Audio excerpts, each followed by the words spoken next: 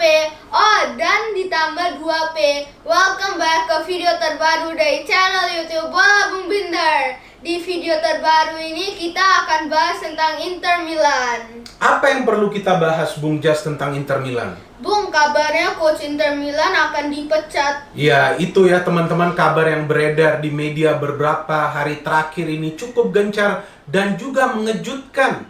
Tentunya bagi kita semua bahwa kabarnya kemungkinan, ya ini semua hanya kemungkinan, kita belum tahu secara pasti, bahwa manajemen Inter Milan akan memecat Antonio Conte karena beberapa pernyataan Antonio Conte tentang manajemen dari Inter Milan yang sepertinya tidak support kepada Antonio Conte atau juga mungkin tidak mengikuti keinginannya secara full, secara 100%. Sayangnya kalau dia dipecat kan Inter di runner up di Liga Italia. Yes, kapan terakhir kali Inter runner up? Sudah lama teman-teman. Pada era Mourinho memang mereka berjaya. Kemudian setelah itu mereka sempat juga finish di urutan nomor 2. Jika saya tidak salah Benitez ya saat itu, tapi ada pergantian pelatih juga di Inter Milan. Mereka peringkat nomor 2, tapi mereka cukup jauh juga selisihnya dengan AC Milan, 5 atau 6 poin. Sudah cukup lama, musim 2010-2011.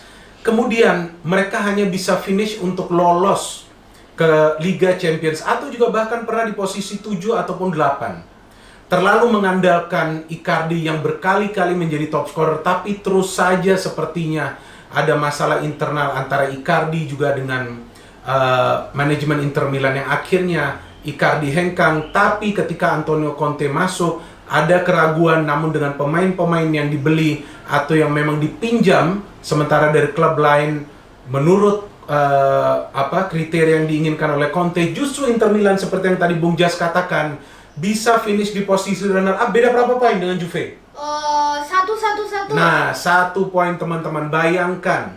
Bayangkan saja ya, sudah tidak mungkin terjadi. Iya. Jika Inter tidak kalah melawan Juve di 2 pertandingan mereka di home and away, anggap saja mereka seri dalam 2 pertandingan tersebut, maka justru siapa yang akan menjadi juara? Inter Milan. Ya, itu dia. Tapi tidak masalah. Ini masih dalam proses pembentukan kekuatan dari Antonio Conte yang dikabarkan bahwa memiliki proyek 3 tahun. Proyek apa itu?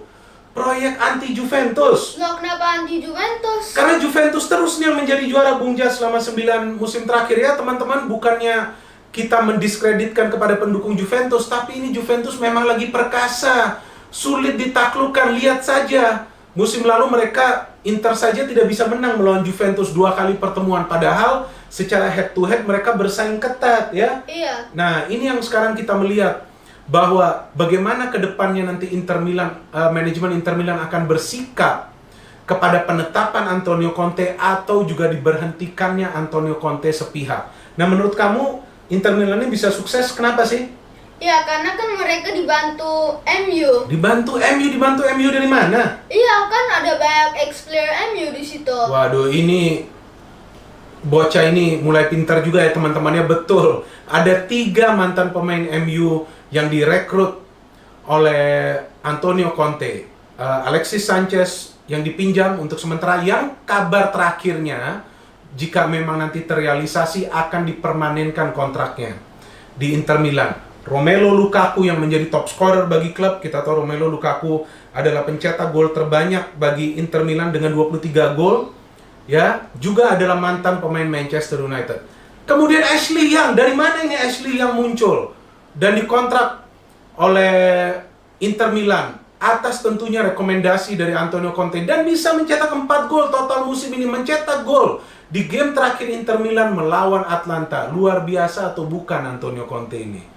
Ia membeli pemain-pemain yang mungkin sudah tidak menjadi pemain yang penting di klub sebelumnya, tapi ia bisa merubah Inter Milan menjadi sebuah kekuatan yang ditakuti. Memang sempat ada naik turunnya ya performa dari Inter Milan, tapi kalau kita melihat Inter ini justru menjadi tim yang lebih produktif daripada Juventus. Banyak mencetak gol, juga tidak banyak kemasukan gol. Artinya Antonio Conte menyiapkan tim agar bisa memiliki balance dalam menyerang dan juga bertahan. Ya, itu yang sekarang yang kita lihat menjadi salah satu fokus dari Antonio Conte, bagaimana ia bisa membangun tim yang memiliki keseimbangan Dalam urusan menyerang tentunya harus bisa mencetak gol dan juga dalam bertahan. Jangan lupa juga Lautaro Martinez ya, salah satu pemain yang dikabarkan juga diincar oleh klub-klub besar lainnya. Kita belum tahu apakah ia akan pindah, Martinez akan pindah atau tidak dari Inter atau memang dipertahankan. Tapi disinilah kita melihat poinnya, bagaimana Inter menjadi sebuah kekuatan yang dahsyat. Dan proyek anti Juventus ini belum berhenti teman-teman. Walaupun targetnya dari Antonio Conte tentunya yang saya kira, yang saya mikir, ya mungkin juga saya salah, bahwa ada 2 atau 3 step ini. Yaitu pertama mengganggu, kemudian merusak dominasi dari Juventus. Mengganggu ini sudah berhasil dari Antonio Conte meskipun ia tidak mengalahkan Juventus dalam 2 kali pertemuan. Mengganggu dalam arti kata mereka sempat memberikan tekanan kepada Juventus. Dan mereka berakhir di urutan nomor 2 untuk sementara. Tapi banyak pemain baru kan di Inter Milan. Ini beda dengan Juventus yang penambahan pemainnya tidak begitu banyak. Tentu lebih memudahkan bagi Juventus untuk memiliki chemistry antara para pemainnya dalam pertandingan-pertandingan penting dan besar pada saat mereka perlu meraih poin. Contohnya dalam pertemuan pertama antara Inter dengan Juve, kita lihat ada pergantian pemain di mana Higuain masuk dan Higuain bisa berkontribusi dari pertandingan tersebut. Ya, jadi di sanalah kita melihat bahwa kekuatan Juventus memang sudah merata. Mereka memiliki kualitas di lapis A istilahnya dan lapis B. Tapi Inter ini kan masih dalam tahap pembangunan istilahnya, masih dalam tahap restrukturisasi untuk menjadi sebuah kekuatan yang dahsyat. Dan kita lihat dari transfer-transfer yang memang dilakukan oleh Inter Milan, ada Diego Godin, pemain yang memang sudah veteran tapi dipertahankan di lini pertahanan dan membuat perubahan yang signifikan. Tadi sudah kita katakan pemain-pemain yang merupakan mantan pemain Manchester United yang berkontribusi besar. Tapi ada satu di sini yang fatal. Christian Eriksen, yang kabarnya baru kita ketahui, Jas, ternyata itu bukanlah pilihan dari Antonio Conte. Ya, itu yang dikabarkan di media massa. Mungkin itu juga yang menjadi salah satu faktor Antonio Conte mengkritik manajemennya sendiri, manajemen klub di mana ia melatih sekarang. Bahwa sebetulnya Eriksen bukan pemain pilihannya, dan terlihat Eriksen tidak banyak diturunkan dalam pertandingan-pertandingan Inter Milan. Jadi yang menjadi persoalan justru di sini adalah dalam urusan komunikasi dan juga penyatuan visi antara manajemen dan juga pelatih. Yang seharusnya bisa saja ini dibereskan jika memang kedua belah pihak duduk dan merundingkan masalah ini untuk mencari jalan keluar, bukan uncuk ya. Kapan-kapan saya salah juga, agak masalah ya. Ini tidak ada cut-cut di video yang kita buat. Jadi dalam hal ini perlu ada perundingan antara kedua belah pihak, karena jika manajemen Inter memecat Antonio Conte atau mungkin tidak suka dengan pernyataan Conte di media tentang bagaimana manajemen ini mungkin tampaknya tidak support ke Antonio Conte, kita lihat kerugian dari manajemen Inter ini lebih besar.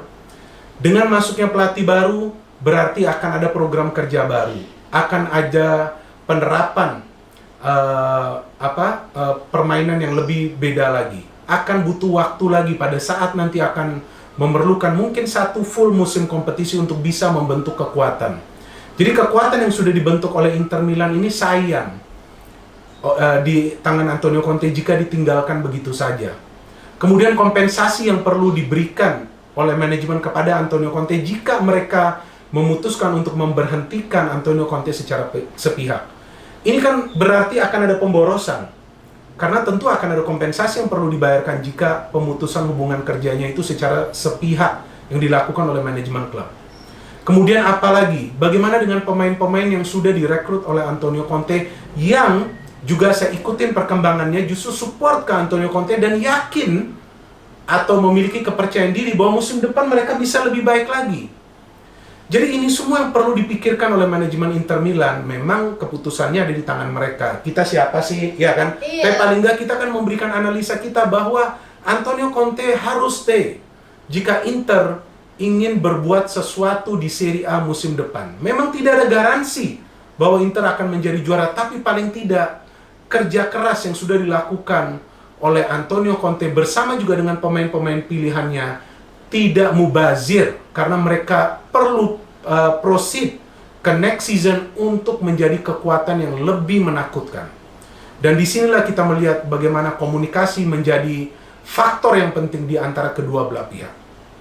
Tapi dari kita, dari channel YouTube Bola Bung Binder, Antonio Conte harus dipertahankan atau tidak? Oh iya dong. Nah, harus ya. Tapi nggak ada lagi nih kayaknya pemain MU yang akan direkrut ya. Oh enggak. Belum enggak. ada ya. Tapi bisa jadi nanti kita lihat segalanya akan berubah ketika Antonio Conte stay dan juga akan membeli pemain-pemain baru bagi Inter Milan, karena tetap saja mungkin ada kebutuhan dari Inter Milan untuk menambal kekurangan yang akan membuat mereka lebih kuat lagi, bukan hanya di Serie A tapi juga di UEFA Champions League. Anything you want to say? Apa kamu ada mau sampaikan pesan-pesan ke teman-teman? Terus Bung Binder, kalau dia dipecat, siapa yang akan jadi next coach? Waduh, saya nggak pikir nih untuk ngomong itu. Memang ada calonnya, ada Pochettino, ada Allegri. Tapi Pochettino masuk, ya tentu ia akan memilih pemain-pemainnya sendiri. Allegri masuk, belum tentu juga ia akan memilih pemain-pemain yang sekarang berada di Inter Milan. New coach means new concept, means new formation, means new style of play. Apa mau resiko itu diambil? Ini resikonya sangat-sangat besar, teman-teman. Dan Bung Jas, ini tadi saya tidak menyangka ia akan menanyakan pertanyaan itu, karena saya juga sama sekali tidak terpikirkan untuk bicara tentang hal itu. Anyway, thanks bagi teman-teman yang telah menyaksikan dan mendengarkan analisa kita. Terus support channel YouTube Bola Bung Binder, karena kita akan terus memberikan analisa pembahasan yang serba positif. Iya. No hate. Only football. Salam sepak bola.